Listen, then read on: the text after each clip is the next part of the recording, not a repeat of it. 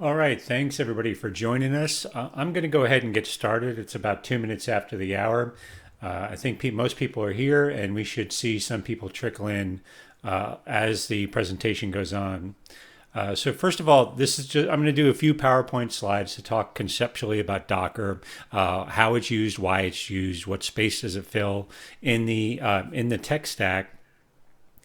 If you're worried about commands, I know these sort of. Then I'm going to switch over to a command line and do a bunch of examples of Docker and sort of juggle some commands and show you Docker in action. Some people get a little tense about the commands being typed in command line. Don't worry about that too much. There is a slide. I'll share this slide deck with everybody after the presentation here. And all the commands that I'm typing out, or at least most of the major ones, I've summarized those into a slide at the end. So you'll be able to reference those later. But really, this is going to be more about the concepts of Docker and conceptually what's going on with Docker so that you can get familiar with it. The commands themselves, there's a lot of command references. You'll find stuff on Stack Overflow. You don't need to memorize the commands out of this demonstration. Really, what I want to get across here are kind of the major concepts behind Docker, because that's where people tend to fall down. I'll talk about that in a minute, but they don't really kind of grok why Docker at all. You know, we already have virtual environments. Why are we doing Docker? We have cloud spaces, so forth, and don't really sort of get the concept of why Docker exists. What space does it fill? And there's a couple major concepts you really want to understand out of Docker to work with it effectively. And I'll sort of drill down into that today to kind of get those concepts across. You'll see a slide about this a little bit later, but really at the end of the day, if there's only two concepts you take away from this presentation, it should be what's the difference between a Docker image and a Docker container. And you'll hear about that a lot, and I'll do a lot of those demos when we get the command line. So hopefully we'll be pretty clear about that. And then sort of hopefully you'll get a good picture for where you can use Docker, both in your sort of development stack, how we want to use it here with US Ignite and Smart Gigabit Communities applications that we're going to deploy, and sort of just how you can integrate it into your normal sort of tech life. It's been very useful for me once I discovered it. I thought I would mix it more with Vagrant, but actually I'm almost entirely in Docker by now. Although they're not the same thing, and I'll emphasize that a lot in this presentation. Again, there should be a chat in the link I gave out for the live stream. That won't be available, obviously, if you're viewing this at a later date. But if you want to chat now, go ahead and chat it up in that chat channel. Ask some questions at the end, towards the end of the presentation. If there's a burning question, please post it in chat. I'll try to answer them as best I can. But reading and presenting at the same time often becomes a task for me. So I'll try to stay on task and keep this somewhat coherent. All right, first, what is Docker? Docker itself is an open source platform. It has a large contributor base. It's up on GitHub, so you can see the contributor base out there. But it started from an organization called .cloud. They're a Heroku competitor, and they wanted to take their virtualization platform and make that an open source tool that people could use to ship software. So they recoded everything in their tech stack using the Go language. I'm a fan of Go, so I'll put a plug in for it. But they made that available as an open source project, and it just immediately got traction. The intention of Docker was really to create sort of a mini Heroku that would be available to anybody who wanted to just package and deploy an application. The space that it basically sits in, and we'll talk about it more, is about shipping software almost as if it's a distributable binary. It's a Linux container service, that should be noted, although you can run it on Windows and Mac through something called Docker Toolbox. It's really intended to be run for production on Linux machines. The container inside only comes in flavors of Linux as well. The engineering reason behind that is, I'll talk a little bit more about this shortly, but Docker isn't a full VM. It's a what they call OS level virtualization. So it uses native virtualization virtualization libraries in the Linux kernel to instantiate its virtualization. And there's some advantages around that sort of differentiate it from Vagrant and normal virtual machines that I'll talk about shortly. But it's just a way to run a really lightweight container in a Linux environment, and it wraps individual pieces of software. And so they can be distributed easily. It's really intended to take software and create an atomistic distribution of that software, where individual software packets are packaging containers individually, and containers might talk to each other if software components need to talk to each other. So you might have a database that needs to talk to a web app. Both the database would be a container, and the web app might be its own container, and they would talk individually between those containers. I mentioned it's an open source project that is grown very aggressively. It's got a tremendous amount of traction in the community. So I think it was released something like 3 years ago. Briefly, it might be 4.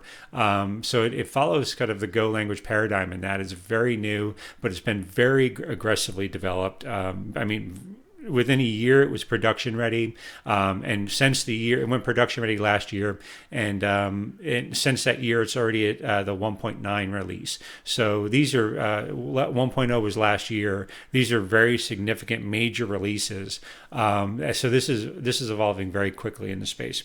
There's not a tremendous amount of depth once you learn it, but you do need to keep up with it because there's new features and new sort of workflows coming in all the time. And Docker itself is really, it's a whole suite of tools. I'll briefly touch on some of them.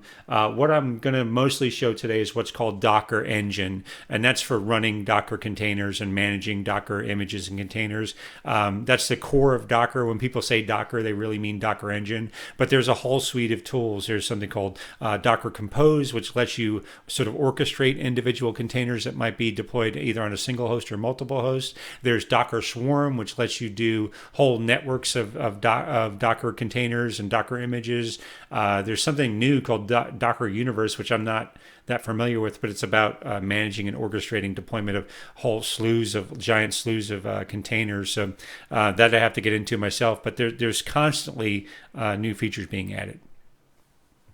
So why are we using it here with US Ignite and Smart Gigabit Community applications?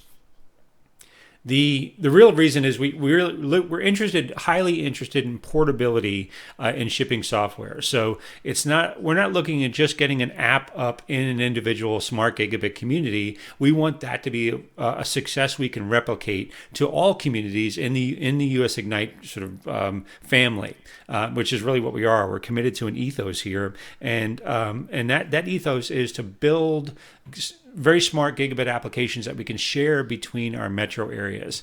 And so a very strong component of that is building Docker so we can pre-package software and it can be shipped almost as a binary. And Docker, usually when you deploy Docker service, you pull down an image of a container, which we'll get to that in a minute on what it is. You inject some configuration into it. You might assign it a volume for sort of data that's ephemeral for the life of the individual software deployment. But it's very simple in comparison to installing many applications, especially highly configurable applications, let's say like a Jetty application or something like that. But so portability is sort of key, and as is ease in development. Portability, we want to be able to go to any Genie rack, move between Genie racks. If the world evolves or this product, that software becomes more of a service we want to deploy in a commercial sense, you can take that and evolve it into Amazon or whatever the Genie successor is someday. So that portability, again, is very, very critical. Ease of deployment so that metro areas can deploy it without having to wring their hands a little too much. That's highly advantageous for us. It's also a controlled environment, so it insulates us from the underlying host infrastructures. All hosting services eventually evolve out. The pace of evolution of services is really picking up. Amazon, so the new kid on the block was cloud services just a few years ago, and even that has now evolved into, there's pure container services both for Amazon and Azure. I think we're going to see see in the academic cloud space an interest in container services, or at least I hope so. And that decouples you from really environment management at all, and you're just purely dealing with Docker deployments and containers. And there's a big advantage for operations team that run these. So and that's why we're using it here. We think it represents the future of really pushing into what we've heard for a long time about platform as a service or software as a service, and it increases portability and an ease of deployment. A couple learning resources if you're just getting into Docker. The documentation on docker.com is fantastic. It usually is in depth. It's very easy to read. You should note that it's kept up to date as aggressively as the code base is kept up to date, which is very nice to see. So you can always rely on that. There are a lot of YouTube videos out there. I suggest look around for what you think is good or something that speaks to you. However, because Docker evolves so rapidly, be aware that sometimes those go out of date, or they might reference a service that isn't used. I was going to include, for instance, linking containers, which is a way containers can communicate, sort of as a mention at the end of this, and decided against it because they've moved since I did link containers just last month. They moved to a new paradigm that's coming into Docker. So keeping up to date with the latest way to do it is important. I highly recommend the Kindle version of the Docker book by James Turnbull. There's no relation there, so I'm not. It's not a family member that I'm promoting. It just happens to share my last name. The best part about that is it's updated as frequently as Docker is, and if you have the Kindle version, you can use sync through the Kindle store. I assume that applies to other ebook versions, but I'm not sure. And that'll pull down the latest version of Docker, so it should keep you up to date. And then for me, I don't just read a spec and be able to go do what I need to do. I usually need to sit down at a command line and play with something for a while. So get out there and play with Docker. You can install it on a local machine. Since it's so easy to use, you can begin to kind of get mileage out of it right away. So that's what I suggest. All right, so let's get into this concept of sort of what space does Docker fit and how does it differentiate from your traditional virtual machines. So virtual machines, Vagrant, and so forth, they sort of came up in the space to solve the problem of it works on my machine, but it doesn't work on their machine. And it came in as a way to sort of stabilize the environment for an ops team or in a hosted environment. And that was great. It was very powerful for us. But it was overkill for traditional app deployments, especially lightweight apps. A whole VM runs on top of a hypervisor, which runs on top of a hosted operating system. It brings its own entire operating system into there, along with its bins and libraries, and then whatever apps might be installed on top of it. And it sort of shoves aside the host operating system so that it can negotiate with the hardware. And it's a full-blown environment, so it requires all the DevOps and environmental management overhead that you would have on traditional servers, account management, security, all that kind of stuff. So every deployed software into a virtual machine ended up being a fully managed server. And there's ways people have cut that overhead down with Ansible or Puppet or something like that, but it was still a server environment. It was very vulnerable to hacking. It was exposed to the outside world. So that was great if you want a server. But if all you want to do is put out a piece of software, it was a little heavyweight, and people were recognizing that. If you wanted the experience of just spinning something up in Heroku, let's say, that experience was missing in local environments. So along came Docker. Docker runs extremely lightweight in comparison to standard virtual machines. Although Docker uses virtualization, it's incorrect to call it a virtual machine or a virtualization. It really is a lightweight container that runs on top of the native host operating system. So here with Docker, you don't have a guest operating system. You just have the host operating system. You have a Docker engine that helps manage the Docker containers as they run. And the Docker containers themselves are just the local virtualized binaries and libraries and whatever application code you've added to it. It uses a host operating system. I mentioned before it's what's called OS level virtualization. So it communicates to the host operating system, and the host operating system communicates to whatever network or hardware there is out there. It doesn't need to manage that with a guest OS. And that leverages some native Linux libraries to help do that, which are already built into the Linux kernel, which is why it really only runs on Linux. But because of that, the overhead for individual Docker containers is very minimal over running a normal the normal pieces of an application. There's a command called Docker stats, which will give you the sort of the memory profiles of different containers as they run. Ironically, if you've ever tried to get, let's say, just the memory footprint of Apache, let's say, it actually requires some kind of seg and awk and command line kung fu to get the true footprint of those types of applications running on a Linux machine natively. But if you wanted to look at a container and see what kind of resources it's taking up, it's very, very easy to do.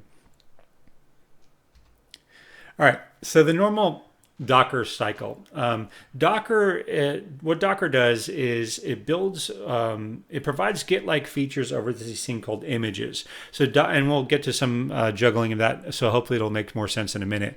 But images are basically pre-compiled tar files really on the back end of binaries that are put together, and they're layered so that only new layers only include changes from previous layers over time. But they're still binaries, which can sort of be instantiated. So you build them several ways. You can commit an image to the disk with a commit command. You can build them through something called a Docker file. There's a GitHub-like registry of Docker images called Docker Hub. So the normal workflow is to work in your local environment, often a Vagrant image, where you'll do development on it locally. You bang out whatever code you need to. Once you get a picture of how that needs to deploy, you build something called a Docker file that defines what that environment for a container is supposed to look like, how to package the software into it, what individual files need to be injected into it. So you build that Docker file. Once you do that, you push that Docker file usually up to, I'll do an example of this later. You can push an image either directly to GitHub, or more often what people do is they push the Docker file, which is a build definition, to GitHub and build a webhook from GitHub to Docker Hub that will automatically build that image for you on Docker Hub. So that builds it over in Docker Hub. Now, any host that has access to that repository, if it's a public repository on Docker Hub, what it can do is anyone can pull that image. So you can ship it to any any server they want just by doing a Docker pull command that pulls down the image. They might, with a run command to run an image. Containers are essentially instantiated versions of an image. So images are on file system when they're instantiated into memory and run as a container. That's where you run them. You pull them from an image, you inject some configuration, and they go and run. And you can spin up lots of these over time on any individual server infrastructure. So the two components, as I said, I want you to get from this talk, if you only understand two concepts, is that there's two main components to what sort of constitutes Docker. That is an image and a container. I think of them as sort of a software engineering context. So an image to me is a class. It's a definition of what something looks like and what behavior it has. But in and of itself, it's just a definition. A container is an instantiation of that class. So in my metaphor, that's what it is to my mind. So an image is a set of files on disk. There might be multiple layers to that image, which contains diffs between previous versions of it. So it's much like a Git repository in that sense. But it just sits on disk. When you want to do anything with it, when you want to run an image, that spawns a container. And you can have any number of containers spawned off the same image. And every time you spawn a new container, it will be exactly the state of that image when it was, plus whatever additional configuration you add when you run it. The container provides a read-write layer for modifications over the top of the image. So if you want to, you can commit to create a new image layer at a later date. But by default, it does not modify the image. You can only create new image layers, unless you do an overwrite. But that's not a case we're going to cover today. The image is shipped to registries. Docker Hub, it does a push or pull, so it's very much like a code commit and a code push in Git. The key difference to really keep in mind with Docker Hub is, whereas Git and version control is about trying to keep very incremental commits and very incremental changes, that's not the ethos for Docker Hub. You should push, commit and push new changes to Docker images really only when you might create a new tagged release in a Git repository. So really, since again the concept of Docker is around shipping software, image layers should really represent whole versions of a piece of software or whole changes to an application. They shouldn't be incremental. Often you'll keep those incremental changes in an associated GitHub repository for your source code, but the image itself should really just be distributions of the software. So it's not incorrect to think of what they call Docker images don't have versions. They have really what's called tags. So, and that I think that terminology is on purpose. You think of a Docker image tag very similar to what you might think of as a software release tag.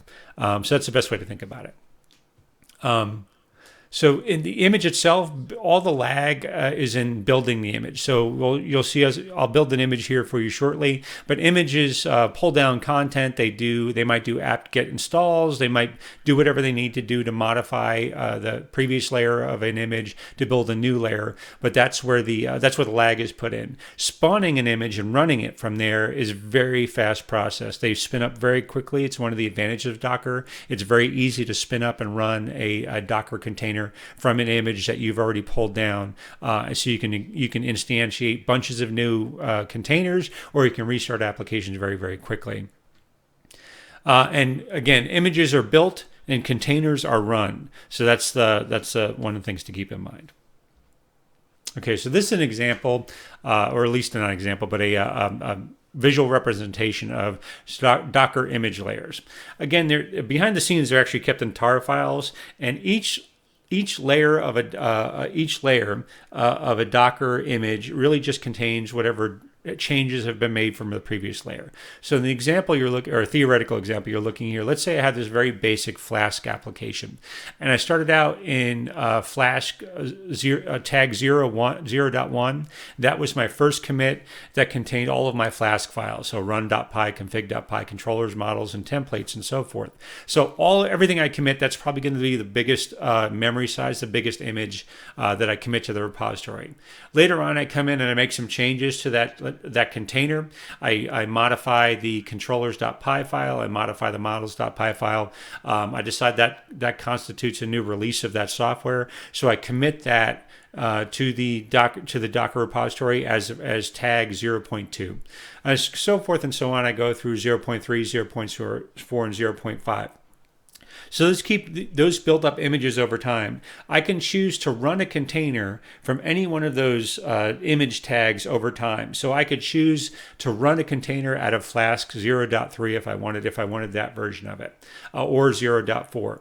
Most people run it from the current version, and you'll see something called latest. We'll get into that in a little bit. But what that looks like when a container actually runs is Docker uses what's called a union file system. So it looks through all the projections of the layers below it, and it pulls the most recent version of a file, so that's what gets instantiated in the container relative to the tagged version of the image that you're using to launch the container. So let's say we launch a container here. We launch it with a command. It's Docker run. Those flags are demonized and open individual ports, and we're doing it from Flask tag 0.5. So that image comes up, and we see we have run from the run is the version that was same version that was in 0.1. Config was in 0.3. Controllers was in 0.5, and so forth across models and templates as well. So it projects up through the union file system a version of that container when it gets instantiated.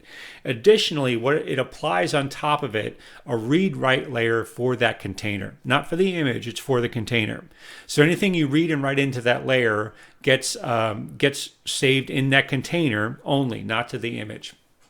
So that's how you can modify files, add config files, do any kind of playing around inside a container that you might need to do, inject or add files. Most of the time, that's where that stops for the Docker container. People just do that paradigm to launch their software, run their website, and just keep it running. If that were to crash or they were to destroy that container, they just spin up a new container from that very same image and keep going and bring up the service again like that. If, however, you make some more changes and you want to commit a new layer, so let's say in this example you've added To the read-write layer, you add updated controllers and an update .py and an updated models.py. It's important to notice it actually doesn't overwrite the container. It just adds to the read-write layer. And because of the union file system, it uses the most recent version of that file. So let's say you want to commit that to a new Docker layer, though. You would do a command called docker commit. Give it a message, much like GitHub. You would say what container is running if you named it, named as my container, and you want to call it Flask with a tag 0.6. Once you do that commit, it creates a new image down on that down in the Docker image, and the container would run as is. So if you wanted to spawn a new container, you could run from the 0.6 tag now with Docker run again. But if you haven't destroyed the old container, you'd have both containers running at the same time. So that's inherently how these files fall through and how the union file system works. So let's get to some command line stuff. A moment on installing Docker. Installing Docker is pretty easy. There's package installations for a number of Linux distributions, but I will say Yum and apt are usually out of date. Especially they're out of date for a lot of packages. Period. But for Docker itself, since it's so aggressively updated, usually it's best to do an install from the repository that Docker itself runs. Depending on your distribution, just take a look in the Docker instructions. It'll lead you through how to install it. I'm going to use a Genie image that I've been using. And I will say it's Genie by default for their VMs on Instagenie racks gives 14.4 as their Ubuntu image. There's an Ubuntu install instructions. If you follow that to the letter, it will work perfectly on Genie. The demo I'm going to do today is from Genie, so it works just fine on Genie. If you have a distribution that's not part of these sets of instructions, usually a binary install will work just fine, but you're sort of on your own and however you want to do binary installs for that version of Linux. You can run Docker on Windows and Mac. However, it's an installation from what's called Docker Toolbox, and in reality what's going on is it installs a version of VirtualBox and installs a version, and it runs a Linux VM on your Windows or Docker system, so you can run Docker inside of that. That's great for sort of playing around at home or doing some sort of development, but for production, that's not really what you want to do. You want that to ship over to Linux. So you want to use Linux native installs for production, and you can use Docker Toolbox for local systems. I use it quite frequently for small applications here on my Windows machine. All right, so let's get to some command line examples. I'll pull up my script for some consistency here. All right, so all I have here is this is just a Genie instance running on Genie itself. There is one. I'll show you Docker. So I have just a single slice running here at University of Tennessee in Chattanooga. So thank you for our friends over in Chattanooga for letting me use their Genie rack. And it's just a regular Ubuntu 14.4 image that's running there. I mentioned Docker Hub, by the way, and I'll show you that a little bit. This is what Docker Hub looks like, but we'll get to that in a minute. But as I said, I'm using Ubuntu 14.4. So I just have an image here. So first, the way to tell if you have any running Docker containers is just the command docker ps. That gives you output. There's no running containers. You'll notice a lot of these commands are very Linux-like in their orientation, so they're fairly easy to remember, and you should be able to intuitively figure out what they're doing. So Docker PS runs just on running containers. Containers can have two states. They can have exited or they can have started. Exited just sits there. It's started means it's running. There's actually some binary executing. Exited means that it's still the state of the container. It had been saved and is still on disk and available to be run again. And it's separated from the image now, but it's not. But it's not available for you to. It's not running an active application. So if you want to get a view of all Docker containers that might be there, Docker PS all A will give you all of them. There's none here. I've cleared them all out. If you want to see what images already exist on the system, just type Docker images. Hey, Pete, no problem. Good to have you here. So that'll tell you what images already exist on the system.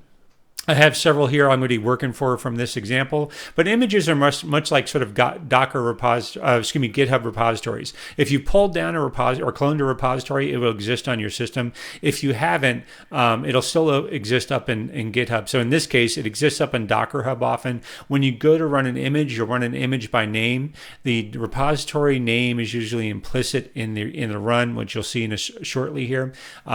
If it doesn't find it on the local system, it'll automatically go out to Docker Hub and look for a Docker image with that name as well. So there's some of the names over on the left-hand side. You'll see them: Streamweaver / Python 3, Nginx, Jekyll, and so forth. Streamweaver's me. That's the name I use all around. So those three images are actually from my Docker Hub repository. You'll see an image called Ubuntu and an image called training.webapp. Really, the thing to get here is Ubuntu.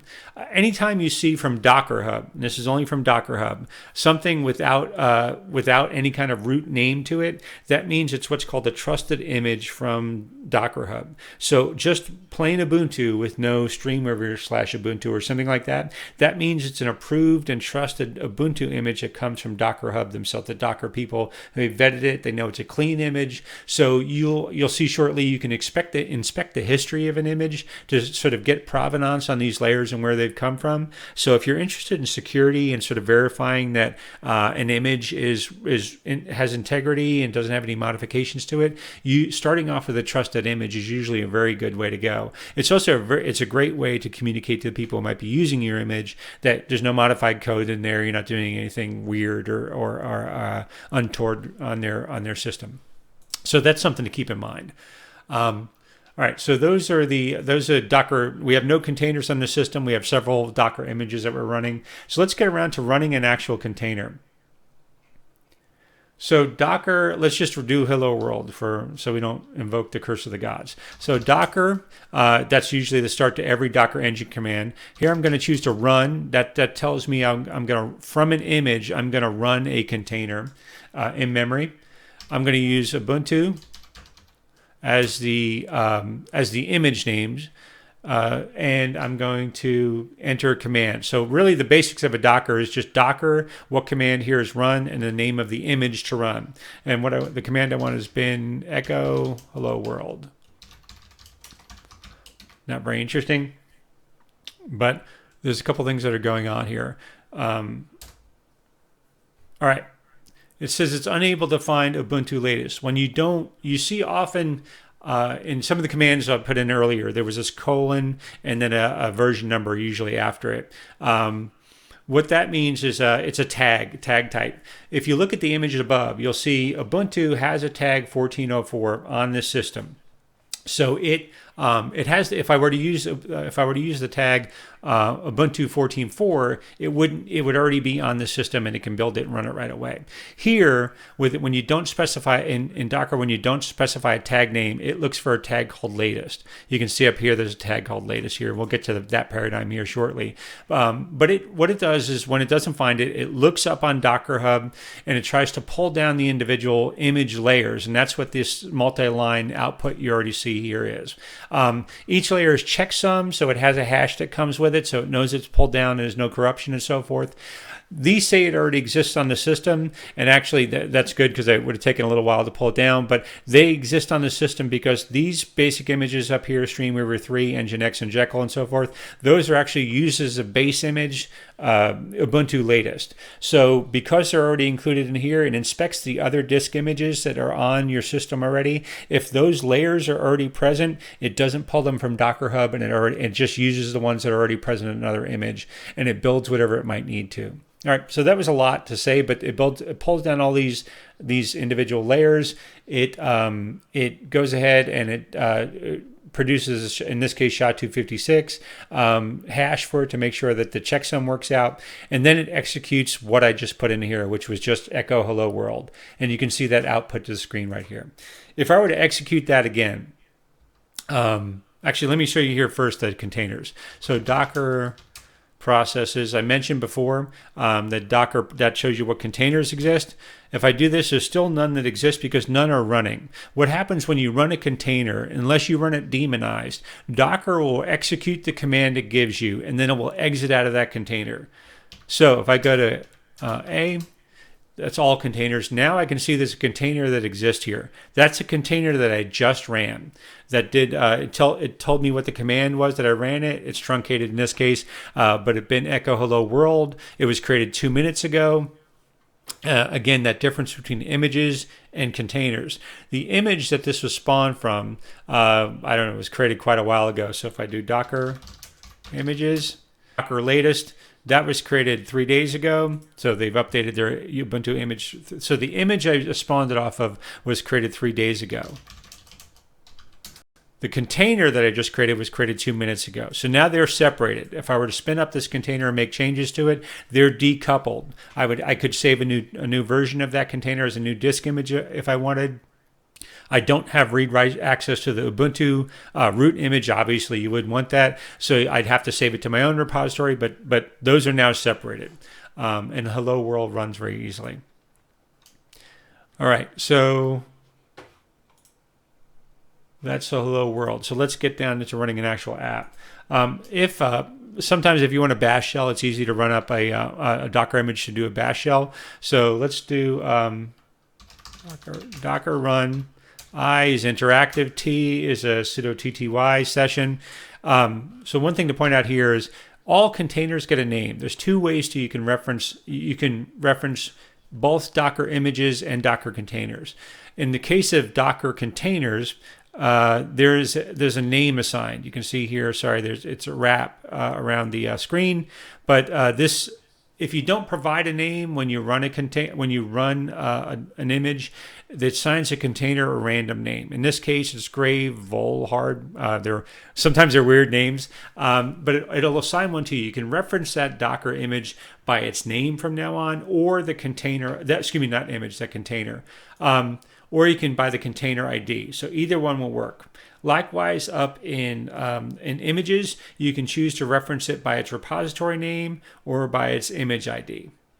Either one of those will work when you're referencing local commands.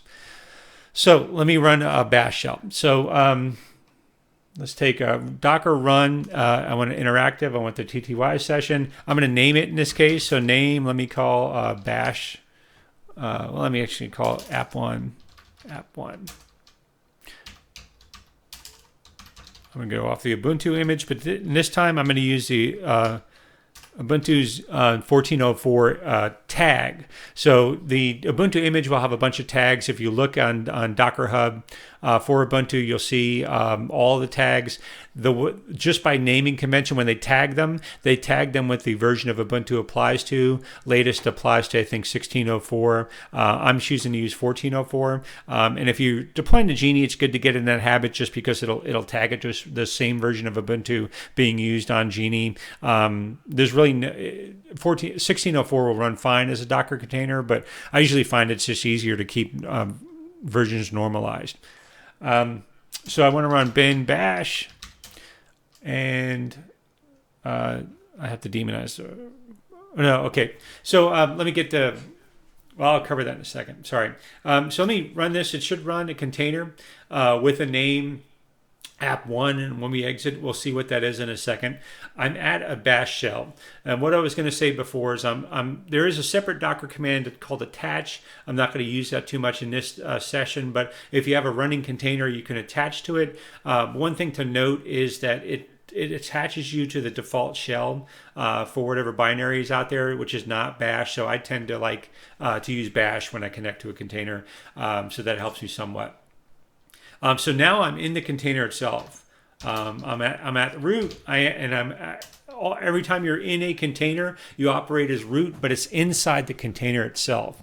That's often very dangerous, obviously, but containers are a root jail. They're a sandbox, so that the container itself cannot access the hosted operating system. And actually, the hosted operating system can't access inside the container. It's only through Docker Engine that you can. So that separation helps improve some sort of security with Docker. It helps isolate these containers.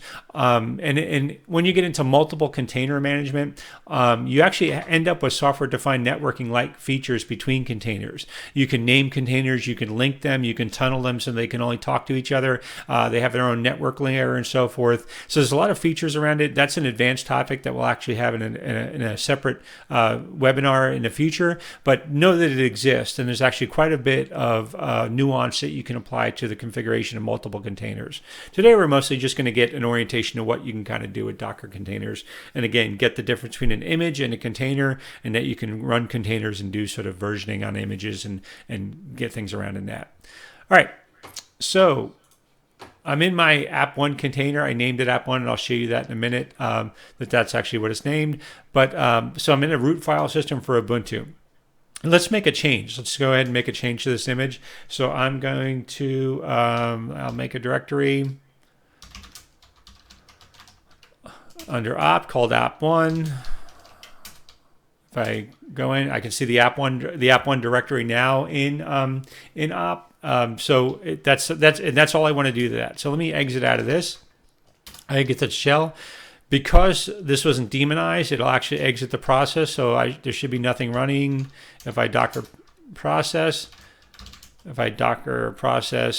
all, it will give me the 2 containers that I've just run. So you see the previous one is called Grave Volhard. That was my hello world. That runs just fine. Is the name I just gave the container that I ran. Sorry, I just saw something in chat. That seems it's usually good to keep track of containers as you're going along. So that uses the Ubuntu 14.4 image. That's where it came from, so you can tell what that is. And it exited 2 minutes ago.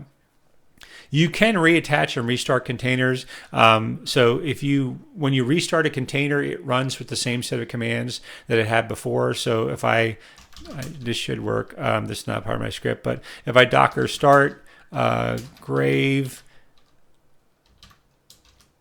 hard, I should get that command right. Attach and make it interactive. It'll run with the same exact set of commands that when you launched it. So it hello worlded me yet again. The same thing with app1. If I were to restart app1, it'll bring me back into the bash session. I don't need to re-enter those set of commands. And you can see app1 still exists under the option directory. So exit. Yeah, Jonathan just put in a question or a comment that the latest tag is a predefined tag from Docker. It's like header main. Yeah, that's true. In practice, though, we'll get to this in a little bit, how you do automatic builds from a Docker file a little bit later. It's usually, the latest is usually, so there's 2 ways latest can get created. It will be inferred if you do a Docker commit on a container. The image created will be assumed to be a latest, and it'll show up as latest in your Docker images. That's not what you want to do, though. You don't want to get to untagged images. For auto builds, what people normally do is they peg the latest version to whatever their master branch is, and then let tags get auto built out of whatever tag releases they're doing in the GitHub in the Git repository. And I'll show a small example of that a little bit later. But thanks for that comment, Jonathan. That's conceptually how to think of it. All right, where was I? So app1 exists and it's running just fine. So let me run up another image from that, or another container from that same exact image. So this is the same exact command I gave to create the container app1. I'm going to call this not app1, and make sure it has the same commands. All right, so that brings me back into the bash shell. I'm at the root of the directory. If I list an option, there's nothing there. So this new container was instantiated off the same disk image. Just because I modified the container app1, that does not modify the underlying image, and it shouldn't. So you can spin up any containers and they start up in the exact state the image was before, plus whatever commands you might apply to it additionally. So let me go ahead and exit out of this,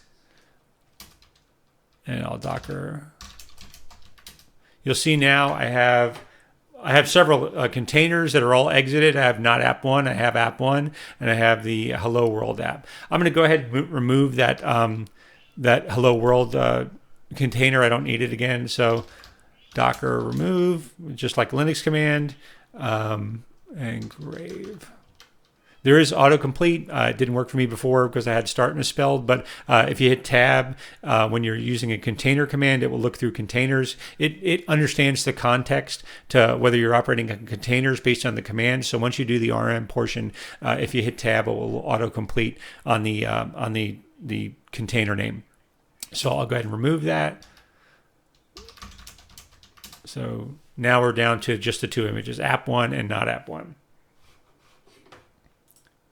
All right, so let's find out how they differ. So let's say you're looking at two, you come into a machine, you're looking at two containers that they're both sitting there, they're exited, you're not sure what's been done. There's not app one and app one. So let's just do, you can do a diff on a Docker container. So if you diff, Docker diff app one, the image it was built for, it'll just do a difference based on that container and the app itself.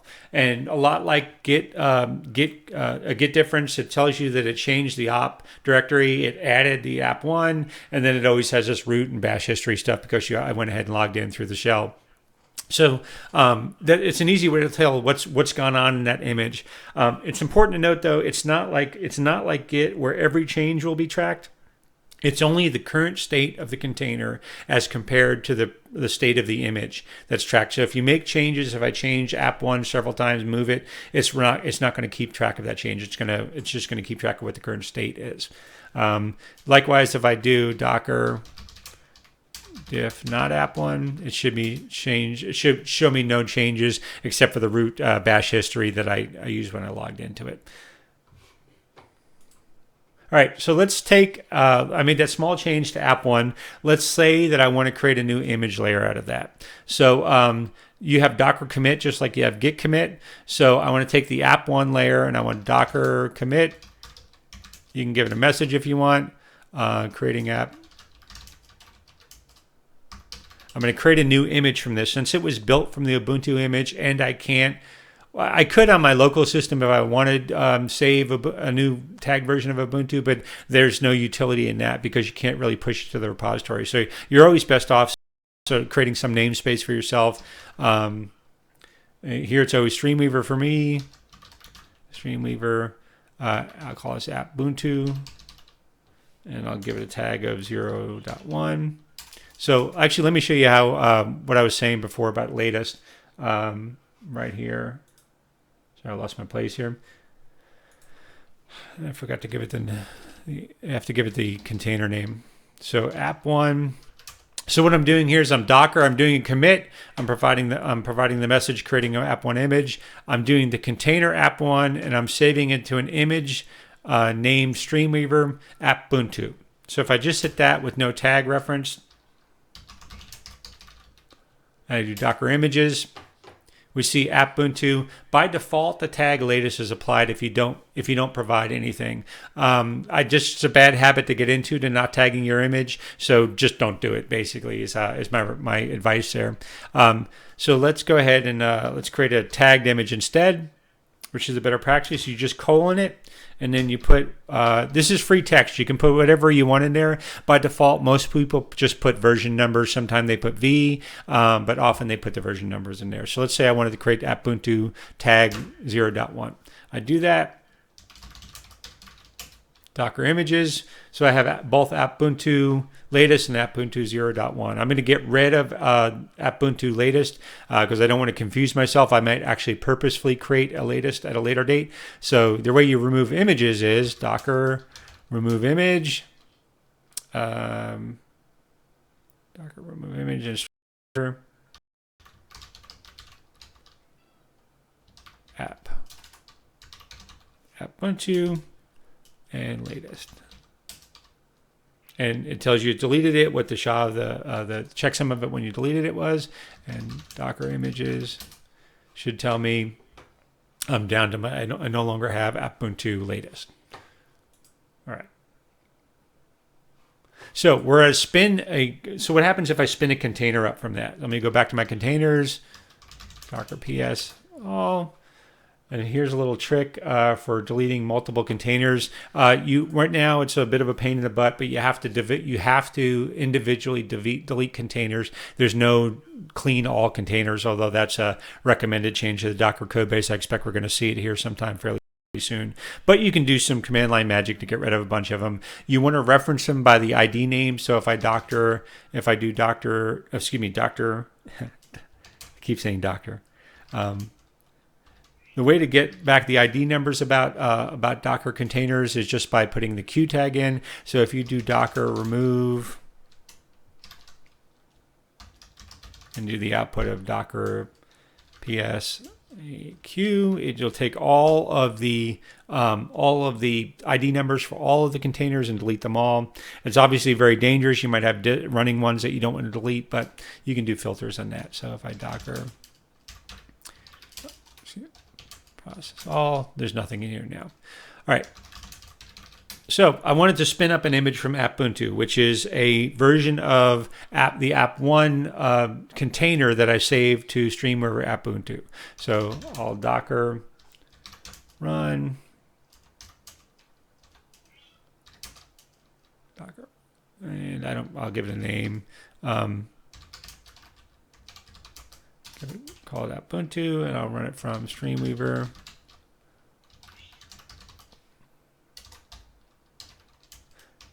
Bin bash, and it spins up right away and runs right away. So in the op directory, I have my app1 again. So the basic way of creating new images and distributing software is you take some base image. You can do this through a Docker file later, which we'll see. But you start with a base image, you build from that, add whatever libraries you need to do. So you run apt-get on it or whatever basic you need to do. Then you put in whatever code you need to, usually through a copy or add command, or you can check it out within the Docker container. Once that's all present in the read-write layer, you add whatever configuration you think you might need to distribute with it, and then you go ahead and exit out of it, and you commit that image as a new version. And then that becomes downloadable from Docker Hub or distributable from private repositories. You can run private Docker repositories if you want. So it's fairly simple, and that's why it makes the process of shipping software very, very easy. Relative to previous ways you do installs, which usually involves some sort of fab or complex Ansible script or something like that. All right, let me exit out of this, and let me get rid of. Well, I can probably keep that container; it won't kill anything. All right. All right, let me run you through a couple quick things about Docker files. So in actuality, the way Docker files run is they are a file definition of a way an image is built. So they start with the base image. So if you look, I have a project here. It's called the Docker file. There's no extension to it. So if I were to open this Docker file, what this has is a bunch of predefined statements in it. So it's starting from Ubuntu 14.4, so that's a base image name that I'm going to use to build this image. I give it a maintainer name. I run this command apt-get update and apt-get install nginx, so this is going to be an nginx container. I give it something called a volume, which I'm going to have to cover in future sessions. But volumes are basically called data volumes. Although whatever changes to a read-write layer are committed to a Docker image, what happens is if you declare a volume, anything present in the volume is not committed as part of an image. So that's usually where you put your data. Anything that's changing, data files, config file. Well, config files can put in and ignore, but anything that might change over time that you don't want to commit with an image. You have to expressly expose ports in Docker. Not only do you have to expose it, but then you have to activate it when you run Docker. And that's going to be out of the context of what we're doing here. You can assign things called working directories and so forth. We'll do volumes and so forth in future sessions. But that basically the way that image gets built, let's say if I wanted to build this image, I would just do a command called docker build. And that is docker build. I'll give it a tag name, Streamweaver. I'm going to say my engine X. And you can give it a tag. A tag name is always advisable, 1.0.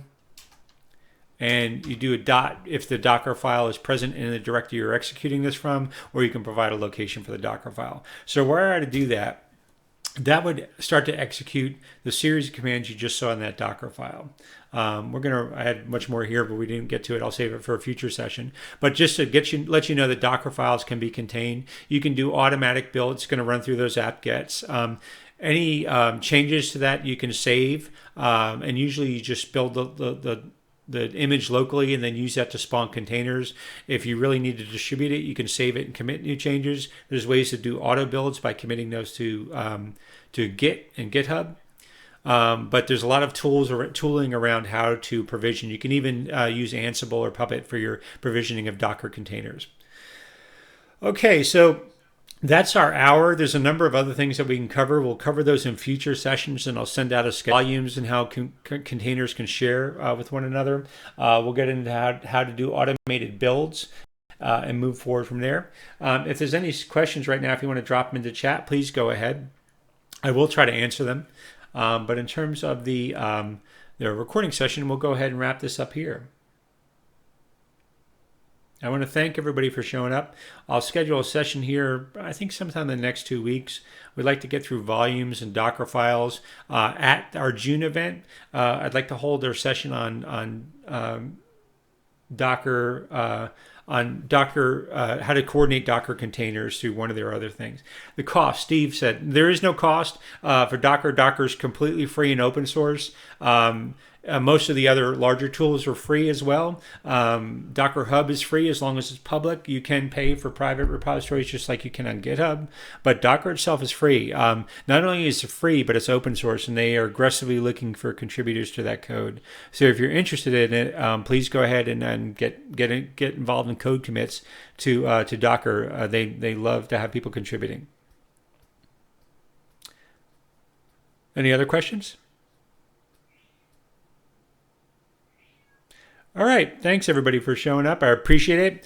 Like I said, we'll have sessions here in the future. I'll announce them out on the list, and I hope to talk to everyone very soon. Thanks again.